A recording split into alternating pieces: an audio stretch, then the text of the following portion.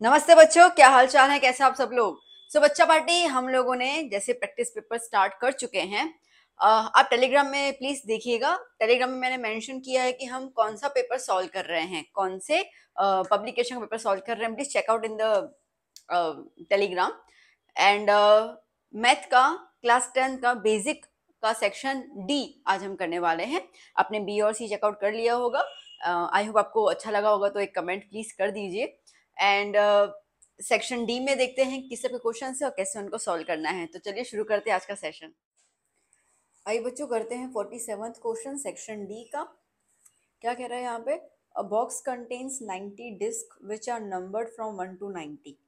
Okay, तो total हमारे पास 90 डिस्क है। प्रोबेबिलिटी के अंदर सबसे पहले आपको टोटल पता होना चाहिए। 1 to 90 का नंबरिंग किया हुआ है हर एक डिस्क के ऊपर। If one disk is drawn at random from the box, find the probability that it bears a 2 digit number। ठीक है, तो अब बात करते हैं 2 digit नंबर का। ना बेटा देखो, 2 digit नंबर अब 1 से लेकर 90 का नंबर दिया हुआ है। तो टू डिजिट स्टार्ट होगा 10 से लेकर 90 तक। मतलब कि 1 से लेकर 9 के जो नॉन नंबर है वो सिंगल डिजिट। ओके, तो 2 डिजिट नंबर इसका मतलब कि सिंगल वाले माइनस कर दो नॉन नंबर, तो कितने आ जाएंगे? 81। तो 81 डिजिट्स जो है वो कौन से होंगे? 2 digit number. So therefore probability का फॉर्मूला क्या होता है? Number of favourable outcomes upon total number of outcomes. ठीक है, so therefore probability is equal to number of favourable is 81 upon 90। 90 table लगेगी, 9 9 होता है ना। ठीक है, 9 9 81 और 9 10 तो आंसर आ गया 9/10। सॉरी। ठीक है, फिर second, a perfect square number.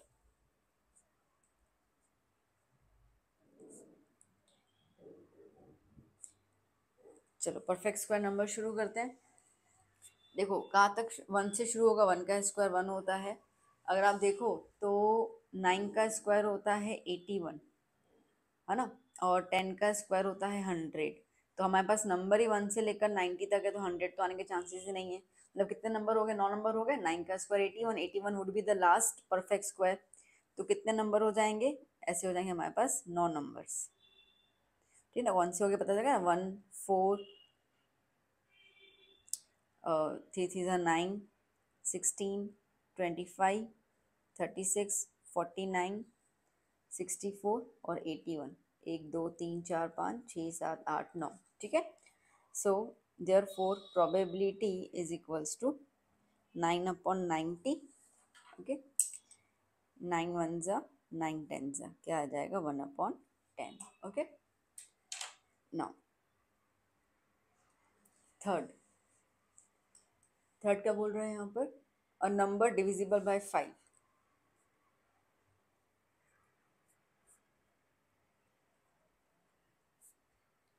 अब 5 से डिवाइड हो रहा है, तो 5 का टेबल देखते जाओ। ठीक है, तो 5 का टेबल 90 तक, तो मैं सिंपल एक काम करती हूँ, 90 को 5 से डिवाइड कर लेती हूँ। अगर ये परफेक्टली डिविजिबल हो गया तो जो नंबर इसका आएगा वही नंबर आखिर आखिर तक जाने वाला है। तो 5 1 ज़ा 5 4 0 40। ठीक है, 8 ज़ा मतलब कि 18 नंबर हैं इसके। इस पूरे 90 में 18 नंबर हैं जो डिविजिबल हैं 5 से।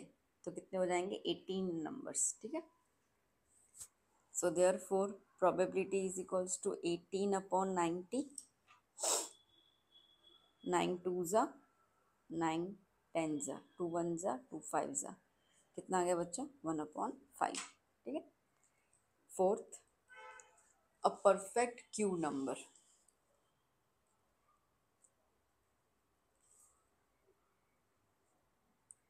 अब क्यूब देखो, अगेन 1 से स्टार्ट होगा। ठीक है, लास्ट में कहाँ तक जाएगा? देखो 5 का क्यूब होता है 125, बहुत ज़्यादा हो गया ना। 4 का क्यूब होता है 64, तो बस 4 तक ही जाएगा। देखो 1 का क्यूब 1, 2 का क्यूब 8, 3 का क्यूब 27, 4 का क्यूब 64 5 का क्यूब तो 125 होता है, तो कितने हो गए, 4 नंबर्स आ गए परफेक्ट क्यूब में। So probability is equals to क्या हो जाएगा, 4/90।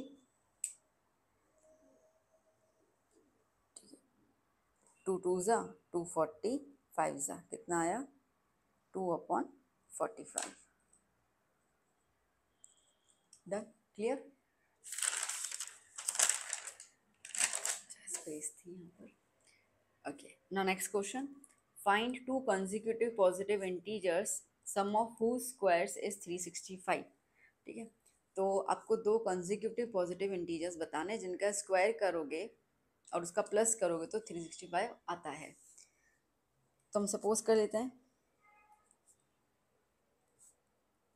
Late two consecutive positive integers be x and x+1। ठीक है ना, कंसेक्यूटिव मतलब क्लियर हो ना, कंसेक्यूटिव मतलब होता है लाइक बगल बगल में एक दूसरे के बाद, 3 के बाद 4, 7 के बाद 8, 11 के बाद 12 ऐसे करके। ठीक है, तो अभी हमें तो नहीं पता कौन सा है, तो हमने एक को x सपोज कर लिया, दूसरे को x+1 सपोज कर लिया। एक नंबर ज़्यादा होता है, नंबर 7 के बाद 8, तो 7 में 1 प्लस करोगे तो 8 आएगा ना, तो x में 1 प्लस करोगे तो x+1 आएगा। तो ये हमारे पास आगे दो कॉन्जिक्यूटिव नंबर्स। अब कह रहा है कि उनका प्लस करना है और वो भी उनके स्क्वायर का। So according to the question दोनों के स्क्वायर कर लेंगे, उसका प्लस करेंगे, तब हमको मिलेगा 365। ठीक है, चलिए ओपन अप कर लेते हैं, x² प्लस। अब आप देखिए यहाँ पर ये x+1 है, तो यहाँ पे a+b² वाला फॉर्मूला लगेगा आराम से। ठीक है, तो a+b² का फॉर्मूला क्या होता है, a² + 2ab + b²। जहाँ पर मैं x+1 के हिसाब से देखूँ तो a की जगह पर x जाएगा और b की जगह पर 1 जाएगा। ठीक है, इतना क्लियर हो गया। तो यहाँ पे सॉल्व कर लेती हूँ मैं, a² मतलब x², 2ab 2x, b की जगह 1 + 1² = 365। x², 2 × x is 2x + 1 = 365। x² + x² क्या होता है, 2x² + 2x + 1 = 365। इसको अंदर ले लेती हूँ मैं, 2x² + 2x + 1 - 365 = 0। 2x² + 2x - 364 = 0। 2 तीनों में कॉमन होगा, 364 इज डिविजिबल बाय 2 है ना, तो 2 मैं कॉमन निकाल देती हूँ, क्या मिलेगा, x², यहाँ से भी 2 चला गया, x यहाँ से 2 जाएगा तो 364 को 2 से डिवाइड करो, 2 1 ज़ा 2, 1 कैरी, 2 8 ज़ा 16, 2 4 ज़ा 8, 2 2 ज़ा 4 है ना, कितना आया 182। ये 2 को अपॉन में लेके जाओ तो 0 अपॉन एनी नंबर तो 0 ही होता है, तो ये वाला स्टेप तो आप स्किप कर सकते हो। तो x² + x - 182 = 0। अब आपको बेटा जी 182 के फैक्टर्स निकालने हैं, स्प्लिटिंग करना हो ना। ठीक है, दो फैक्टर्स निकालने हैं जिनका डिफरेंस जो है वो क्या मिलना चाहिए, 1 मिलना चाहिए। तो 182 के फैक्टर्स निकालने हैं। तो आइए 182 के पहले फैक्टर्स लिख लेते हैं हम लोग। 2 91 ज़ा क्या टेबल लगेगी, 7 ज़ा लगेगी, 7 13 ज़ा 13 1 ज़ा आ गया। कैसे, देखो 2 7 ज़ा 14 और ये क्या आया 13, 14 13 में कितना गैप होता है, 1 का गैप होता है ना, आ गया अपने पास, यस। तो फैक्टर है 13 और 14।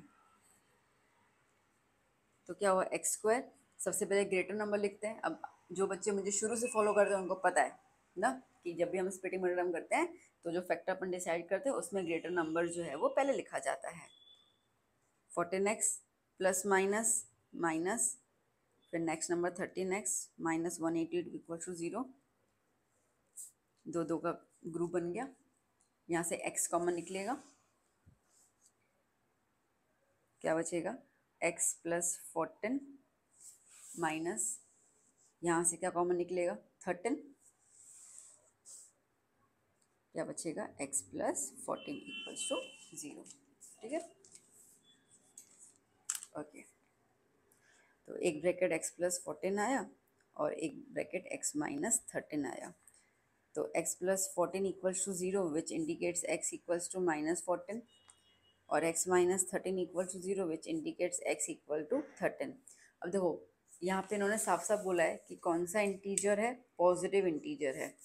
तो नेगेटिव तो आंसर आने से रहा ही नहीं, नेगेटिव तो कंसिडर नहीं करेंगे, तो ये तो नॉट पॉसिबल हुआ। तो x की वैल्यू क्या आ गई बेटा जी 13। सो दस x 13 है तो x प्लस 1 कितना हो जाएगा 14। Okay, so the numbers are 13 and 14।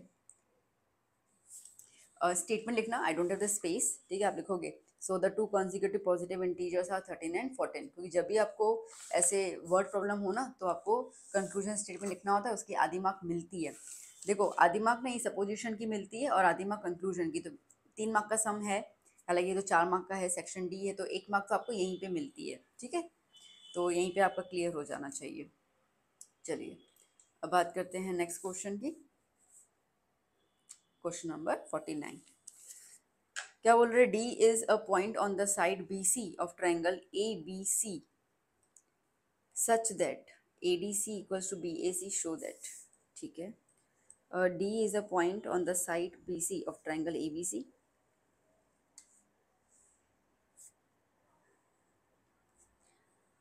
Triangle A B C, D जो है वो एक पॉइंट है बी सी पर, सच that A D C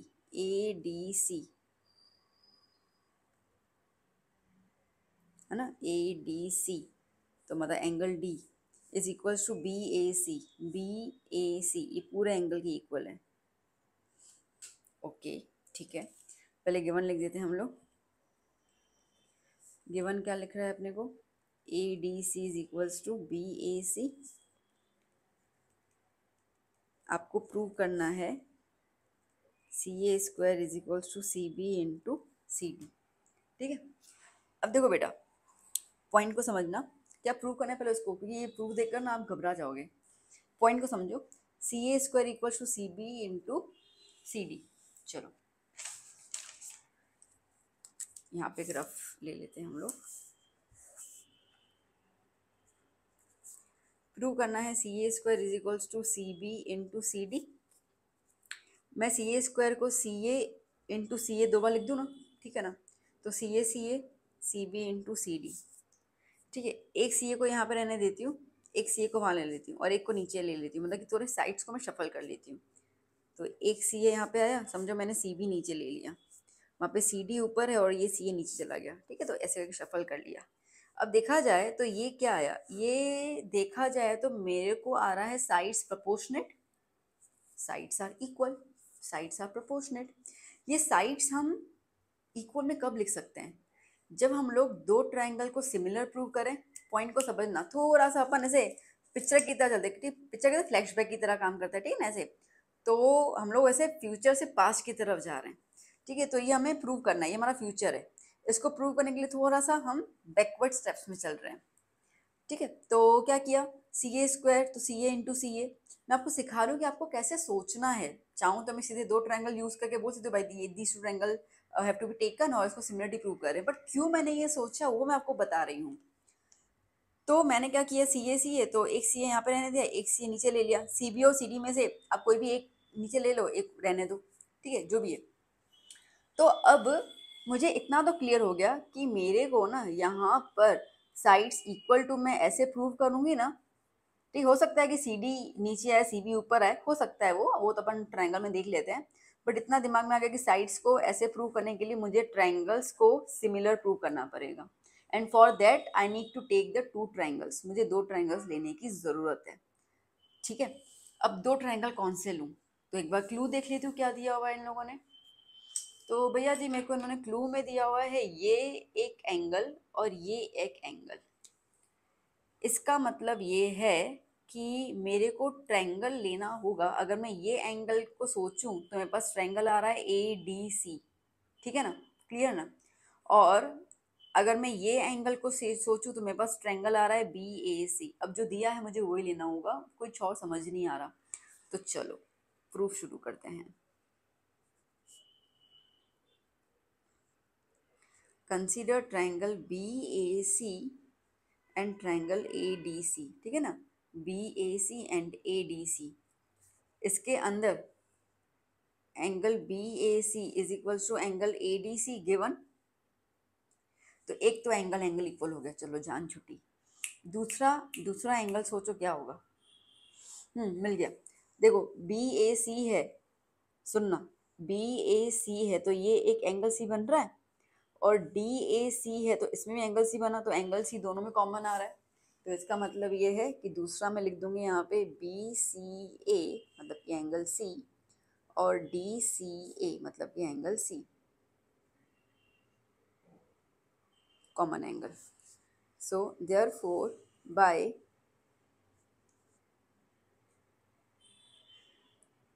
A is similarity rule या criteria, triangle BAC is similar to triangle ADC, ठीक है। So therefore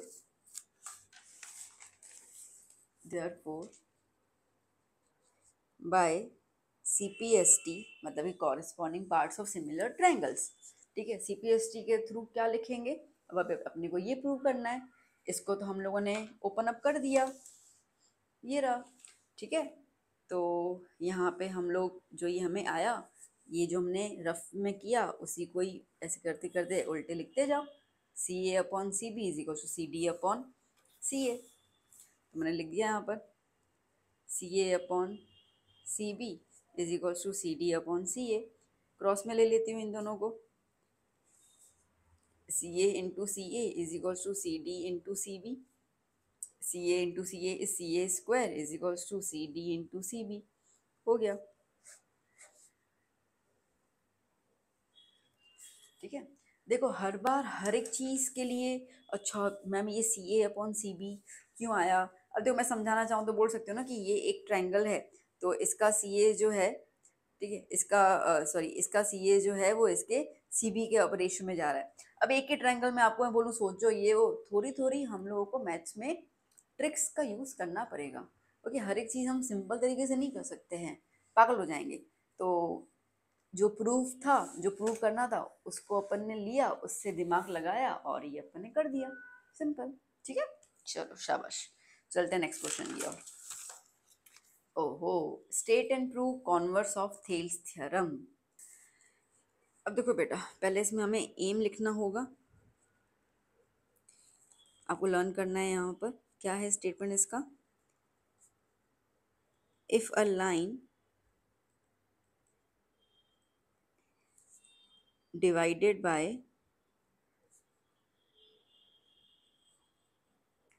if a line divides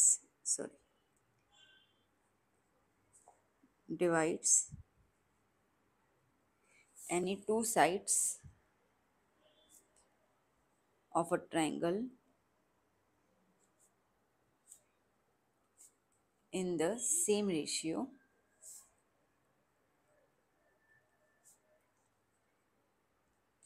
prove that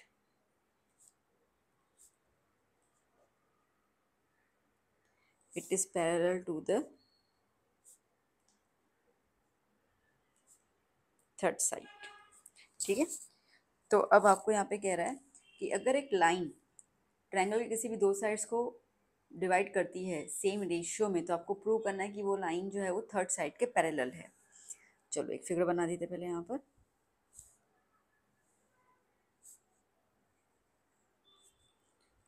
so triangle A B सी, एक line हम ले लेते हैं यहाँ पे डी ई, ठीक है। तो गिवन के हिसाब से हम क्या लिख सकते हैं कि in triangle A B C D E divides AB and AC at D and E, ठीक है। Such that in the same ratio बोला है ना, in the same ratio, such that कि इनका रेशियो कैसा है बेटा, इक्वल है। इसका मतलब कि A D upon D B is equals to A E upon A C. देखो बीपीटी में हम लोग इसको प्रूव करते थे और लाइन ये वाली इसके थर्ड के पैरेलल दी थी, यहाँ पे उल्टा है, ये रेशियो दिया हुआ है और हमें ये लाइन जो है वो पैरेलल प्रूव करनी है। हमें प्रूव करना है DE is parallel to BC। इतना क्लियर है, कोई दिक्कत नहीं। चलिए प्रूफ। अब देखो ऐसे कुछ फिगर देखोगे तो कुछ समझ में आ तो रहा नहीं है। हम एक काम कर सकते हैं, हम लोग ये बोल रहे हैं कि सपोज करते हैं कि DE जो है ठीक, वो BC के पैरेलल नहीं है ना। हम ये मानते हैं कि DE जो है वो BC के पैरेलल नहीं है और हम लोग एक पॉइंट F ले लेते हैं जो जो D से ज्वाइन करते हैं, और हम ये बोलते हैं कि जो DF है वो पैरेलल है BC के। अब लोग मैम क्या पागल बना रहे हो, DE दिख रहा है उसको मना कर रहे हो, DF नहीं दिख रहा है उसको बोल रहे हैं। अभी दिस इज अ मैथ, क्या कर सकते हैं ना, अब कुछ कर नहीं सकते। ये बात हुआ है कि ट्रायंगल दिख रहा है बट फिर भी हमें ट्रायंगल प्रूव करना है। मैथ का यही तो है मिस्ट्री, क्या ही कर लें। चलो तो हम यहाँ पे बोल देते दैट लेट्स से कि DE is not parallel to BC, so draw DF meeting AC at F। ठीक है, AC पे वो F पे मीट कर रहा है। ठीक है, so therefore in triangle ABC DF is parallel to BC by construction. हम ये चीज़ कंस्ट्रक्शन हमने खुद नहीं किया है इसलिए हम बोल रहे हैं। अब पैरेलल आ गया तो हम BPT थ्योरम लिख सकते हैं। So therefore according to BPT theorem, अब देखो BPT थ्योरम क्या बोलता है कि अगर एक ट्रायंगल है ठीक है, साइड पैरेलल है, तो ये इन दोनों का साइड का रेशियो इसके बराबर होगा। तो AD अपॉन DB के बराबर क्या होगा, AF अपॉन FC, है ना, AF upon FC। So therefore AD upon DB is equals to AF upon FC। ये आया हमारे पास फर्स्ट पॉइंट। ठीक है, बट किंतु परंतु अगर आप देखो तो गिवन में तो भैया इन लोगों ने हमें बोला था कि AD अपॉन DB जो है वो AE अपॉन AC के इक्वल है, और हम कह रहे हैं कि AD अपॉन DB जो है वो AF अपॉन FC के इक्वल है। ठीक है, तो गिवन के हिसाब से तो फिर ये दोनों इक्वल हो जाने होंगे। दोनों का लेफ्ट हैंड साइड इक्वल है तो दोनों का राइट हैंड साइड भी इक्वल होगा। क्या बोला मैंने, दोनों का लेफ्ट हैंड साइड इक्वल है, दोनों का राइट हैंड साइड भी इक्वल होगा। ठीक है, तो हमें लिखेंगे but AD upon DB is equals to AE upon EC। Given, ये तो गिवन है। So therefore from 1 and 2 we get, क्या लिख देंगे हम लोग, हम लिखेंगे AE upon AC equals to AF upon FC। AE upon, एक सेकंड, AE अपॉन EC लिखना है ना, मैंने FC क्यों लिखा है, AE अपॉन EC। ठीक है, so AE upon EC is equals to AF upon FC। ठीक है, ये आ गया। अब क्या करें, यहाँ तक तो आ गया। अब ना थोड़ा सा दिमाग में चीज़ बिठा लेना, और वो ये है कि हम ना 1 को प्लस कर लेंगे दोनों तरफ। इस चीज़ पे आया, अब यहाँ पे आ जाओ।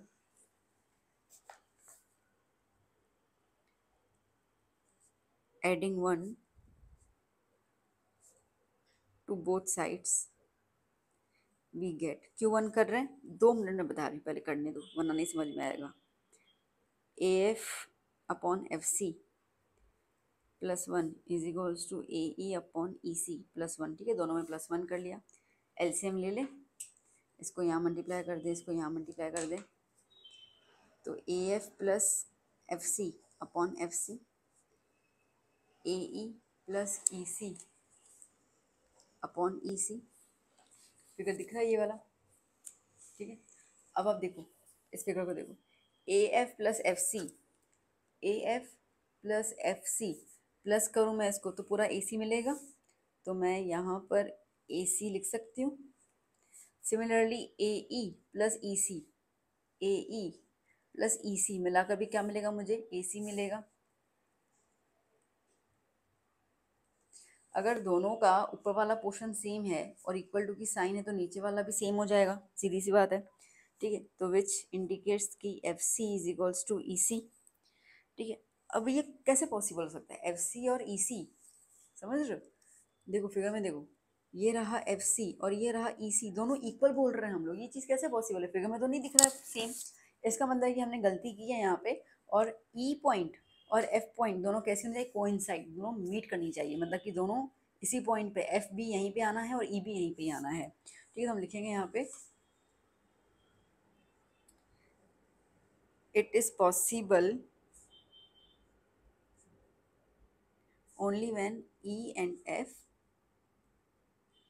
कोइंसाइड। ठीक है, E and F coincide. So यहाँ पे एक स्टेटमेंट लिख देती हूँ। ठीक है, since DF is parallel to BC। ठीक है, अब DF जो है वो BC के पैरेलल था, ये दोनों पॉइंट्स को हम सेम मान रहे हैं, इसका मतलब DE जो है वो भी पैरेलल हो जाएगा BC के। ठीक है, so therefore DE is parallel to BC, hence converse of BPT is proved। ठीक है, डन। चलिए नेक्स्ट क्वेश्चन क्या कह रहा है। Shubha Rao started work in 1995 at an annual salary of rupees 5,000 and received an increment of rupees 200 every year। ठीक है, शुभा राव ने काम करना शुरू किया था 1995 में। ठीक है, सालाना पगार थी उसकी 5,000 रुपये और हर साल 200 का उसको इंक्रीमेंट मिल रहा था। तो कौन से साल में उसकी इनकम 7,000 रुपये पहुंचेगी? ठीक है, तो इससे एक AP बन रहा है कि स्टार्टिंग सैलरी कितनी थी, 5,000, फिर 200 रुपये बढ़ती जा रही है, तो 5,200। ठीक है, 5,400, ऐसे करते करते करते लास्ट सैलरी कहाँ तक जाना है, 7,000 तक। इस AP को मैं नज़र में रखूँ तो A बन जा रहा है 5,000, D कितना हो रहा है 200। ठीक है, लास्ट एनुअल सैलरी कितनी जानी चाहिए, 7,000 रुपये, और कितने साल में वो पहुँचेगी, तो हमें N निकालना है। ठीक है, तो बस निकाल देते हैं AN वाली फॉर्मूला लगा के। AN is equals to A plus N minus 1D। 7,000 is equals to 5,000 plus N minus 1D is 200। 7,000 minus 5,000 is equals to N minus 1 is equals into 200। ठीक है, कितना हो जाएगा, 2,000 is equals to N minus 1 into 200। 2,000 divide by 200 is equals to N minus 1, upon में ले लिया। ठीक है, 2 0 कैंसिल, 1 सा 10 सा। So therefore 10 is equals to N minus 1, 10 plus 1 is equals to N। ठीक है, N को यहाँ पे ले लिया, तो N is equals to 11। ठीक है, 11 साल, बाप रे। ओके, इसका मतलब कि 11 साल लगेंगे उसको 7,000 की सैलरी पहुँचने में। हमसे पूछा गया है इन विच ईयर डिड ही, तो हमें साल निकालना है। शुरू किया था 1995 में। ठीक है, 1995 में 11 साल ऐड कर लेते हैं तो कितना बन जाएगा अपना। सो अब इसके अंदर हमने ऑलरेडी 5,000 तो इंक्लूड कर लिया, तो पहला जो उसका 5,000 का था वो तो हो ही, मतलब 11 साल में, मतलब कि अभी और 10 साल लगेंगे उसको, है ना। 11 में वो पहला साल तो इंक्लूड हो गया 5,000 का। तो हम लोग क्या क्या बोल सकते हैं कि 10 years after 1995 his income reached rupees 7,000। okay, that is 1995 में 10 साल प्लस कर दो, कितना बचेगा, 2005, ठीक है। 2005 में उसकी इनकम हो जाएगी 7,000। चलिए next question. 30 women were examined in a hospital by a doctor and the number of heartbeats per minute were recorded. Find the mean choosing the suitable method. ठीक है, मीन निकालना है। अब देखो मीन के लिए सबसे पहले तो हमें एक्स आई तो निकालना ही होता है, कोई भी फॉर्मूला लगा दो। तो सबसे पहले तो मैं एक कॉलम बना देती हूँ एक्स आई का। क्वेश्चन यही है, ठीक है, ब्लैक पेन वाला क्वेश्चन, रेड से आंसर कनेक्टेड।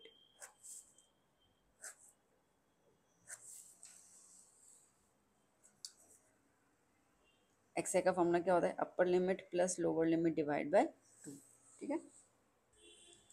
65 प्लस 68, 65 प्लस 68 कितना होगा? 133 डिवाइड बाय 2 करेंगे तो अपने को मिल जाएगा 6 कितना आया? 66.5। फिर करेंगे 68 प्लस 71,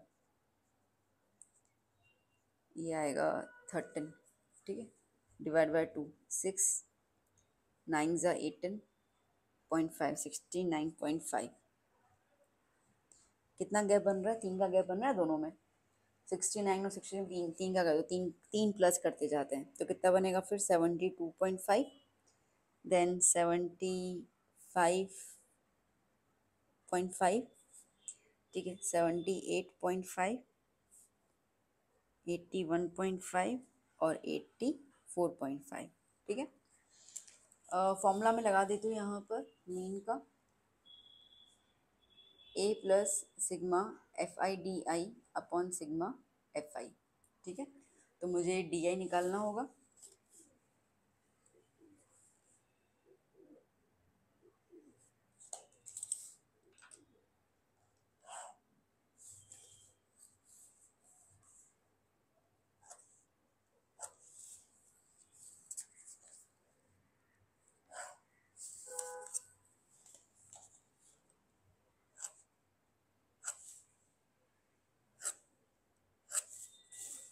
ठीक है, तो यहाँ पे निकाल दूँ डी आई। डी आई का फॉर्मूला क्या होता है? एक्स आई माइनस ए, और फिर यहाँ पे निकाल दूंगी एफ आई डी आई, ठीक है ना।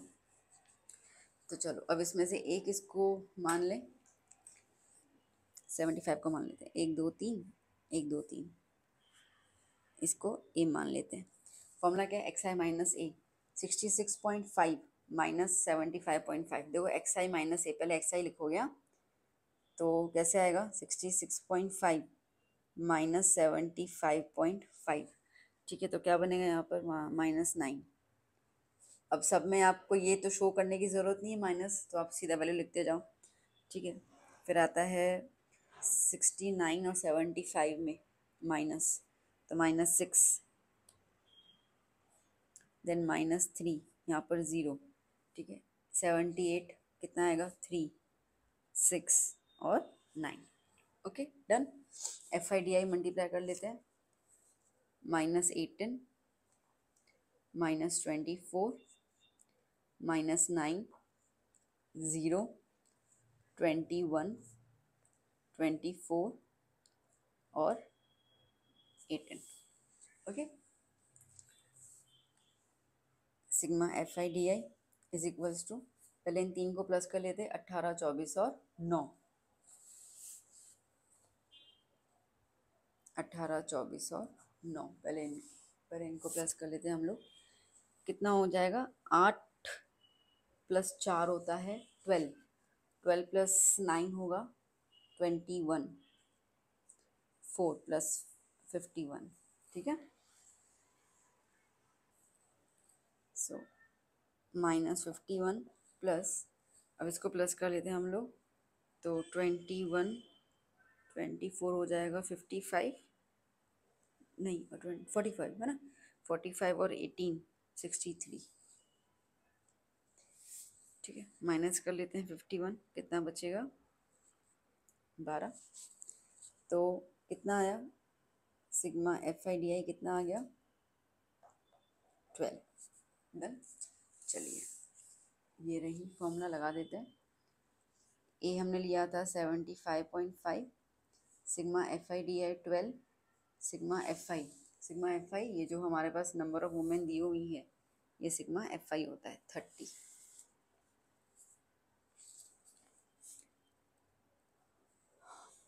थ्री 6 2 ज़ा 12, 6 5 ज़ा, ठीक है, 75.5 प्लस 2/5, 75.5 प्लस 0.4 कितना हो जाएगा 75.9।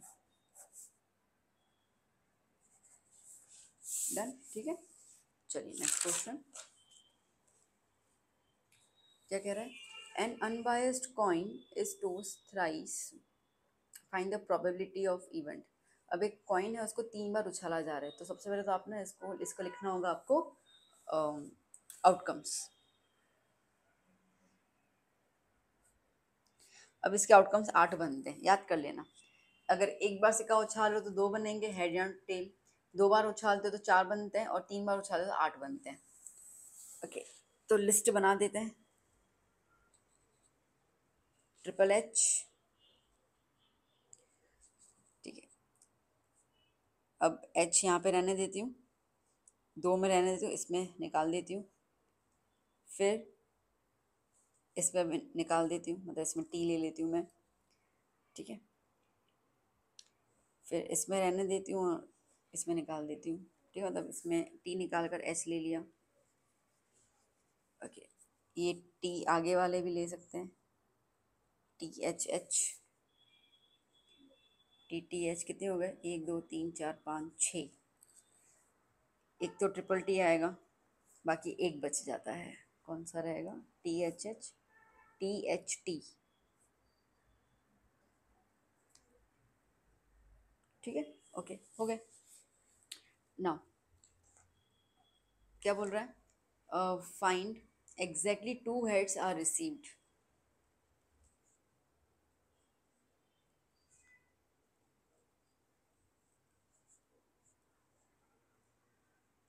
एग्जैक्टली 2 हेड्स वाले कौन से हैं, 1 2 3।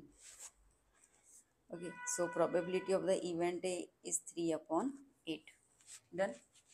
Okay, second, at least 2 heads.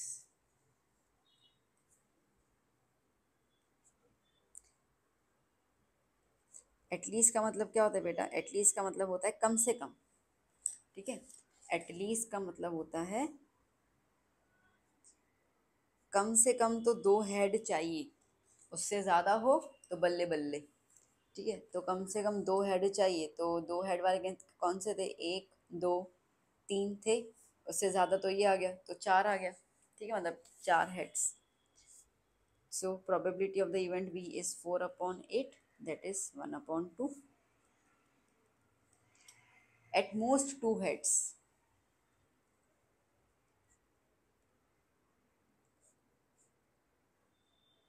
At most 2 मतलब कि मैक्सिमम तो 2 चाहिए, ठीक है, मैक्सिमम, ठीक है। उससे कम हो तो चलेगा,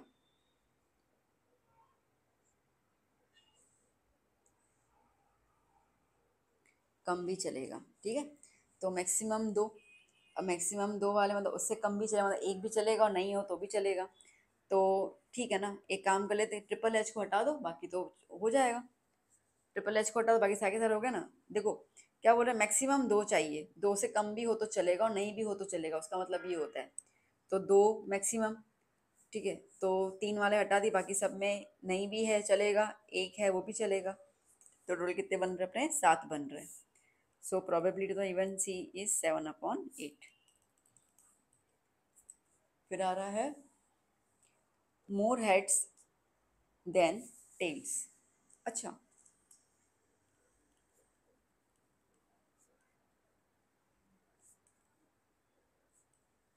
मतलब ये है कि आपको वो चूज करना है जिसमें हेड ज़्यादा हो, टेल्स कम हो, ठीक है। अब हेड ज़्यादा हो, देखो इसमें ज़्यादा है हेड, इसमें टेल ज़्यादा हो गया, ये आ गया, ये आ गया, इसमें टेल ज़्यादा है, इसमें टेल ज़्यादा है, इसमें टेल ज़्यादा है, और एक ही आ गया, इसमें टेल है ही नहीं। ठीक है, तो 1 2 3 4, 4 बन रहा है। So probability is equals to 4/8, that is 1/2. Done? Clear? चलिए next question 54 and the last question. Yes, last question. बताइए बताइए। ओके, सो क्या कह रहा है 54th question, find the median. ये आपको टेबल दिया हुआ है, मैंने ये बॉक्स पहले से बना के रख दिया। मीडियन बनाना है तो CF की जरूरत होती है, और तो कुछ होता ही नहीं है। ठीक है, तो मीडियन का फॉर्मूला क्या होता है, L + n/2 - CF upon F multiply by H, ये फॉर्मूला रहता है। सारी वैल्यूज निकालनी है। पहले CF ले लेते हैं। CF मतलब कि ऐड करते जाना, ये 2, फिर 2 के साथ 3 प्लस करोगे 5, ठीक है, फिर 5 में 8 प्लस करोगे 13, बनेगा ना इस तरीके से। ठीक है, फिर 13 + 6 19,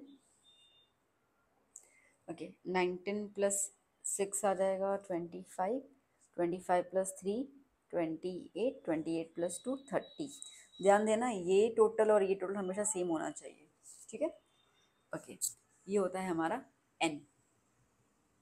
अब देखो, ये n 30 है, ये n, ठीक है ना, तो यहाँ पे n 30 है, तो n/2 क्या होगा, 30/2 मतलब 15। ओके, अब क्या होता है ना बेटा, ये निकालना जरूरी होगी। n/2 से भी आगे आप सोच पाओगे। तो n/2 जो है वो 15 आया, तो हम लोग को वो क्लास पूरा ब्लॉक करना होगा जिसकी वैल्यू 15 से जस्ट ग्रेटर हो, जस्ट ग्रेटर। तो 15 से जस्ट ग्रेटर 19 वाला है, मतलब कि ये वाला अपना ब्लॉक करना है, इस पर भी काम आएगा अपने को। ठीक है, अब इस पर ये कहा, जैसे हमने ब्लॉक कर लिया तो इसके ऊपर वाला क्या हो जाएगा, CF। ठीक है, तो CF कितना आ गया, 13। जो आपने पूरा क्लास ब्लॉक किया, इसको मीडियन क्लास बोलते हैं। इसके बीच का नंबर फ्रीक्वेंसी 6, इसमें ये जो इंटरवल है उसमें लोअर लिमिट 55। ठीक है, सब कुछ आ गया। चलो लिख देते हैं, L 55, n/2 15, CF 13, F 6, H कितना है, अच्छा ये गैप कितना है, 5 5 का गैप है ना इसके अंदर, ठीक, 5 का गैप। चलो, सो 55 + 15 - 13 2 आया, 2/6 मल्टीप्लाई बाय 5, 3 1 ज़ा, सॉरी 2 1 ज़ा 2 3 ज़ा, 55 + 5/3, ठीक है, कितना आएगा 5/3, 55 + 1.67 या 666, ठीक है, कितना बनेगा 56.67।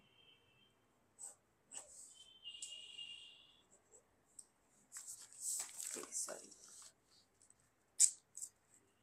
Done, clear. सो बेटा यहाँ पे आपका कंप्लीट हो गया सेक्शन डी ऑफ पेपर 2। सो बच्चों, ये था हमारा सेक्शन डी का कंप्लीट सॉल्यूशन। कैसा लगा जरूर जरूर बताइएगा। आपके कमेंट्स, आपके फीडबैक्स हमारे लिए बहुत इंपॉर्टेंट होते हैं, बिकॉज हम जब क्लास में होते हैं और हमारे सामने जब बच्चे होते हैं तो उनका चेहरा देख के हम समझ जाते हैं कि बच्चे को समझ आया नहीं आया, क्या डाउट है क्या नहीं है। अब आप हमसे थोड़ी दूरी पर हैं तो हमारी जो बातचीत होती है वो वर्चुअल होती है, तो इसके लिए आपके कमेंट्स और आपके फीडबैक्स जो होते हैं वो हमें हेल्प करते हैं आपका नजरिया जानने की, आपको कैसा लगता है, आपको इम्प्रूवमेंट करना है, आपको कोई नीड है तो आप हमें बता सकते हैं। तो comment section is open for you. आप अच्छे से जो भी आपके मन में है आप हमसे बात कीजिए। मैं कोशिश करती हूँ कि मैं 90% में रिप्लाई कर ही देती हूँ बच्चों को। और ये वीडियो आपके फ्रेंड्स के साथ जरूर जरूर शेयर कीजिएगा। मैं कोशिश करती हूँ कि इजी मेथड बताऊँ, टाइम आपका कम लूँ और अच्छी तरीके से आपको क्वालिटी कंटेंट दूँ। तो वीडियो कैसा लगा, do share the your views. मिलते हैं हम लोग नेक्स्ट लेक्चर में। Till then keep study, keep hard working, bye bye, take care.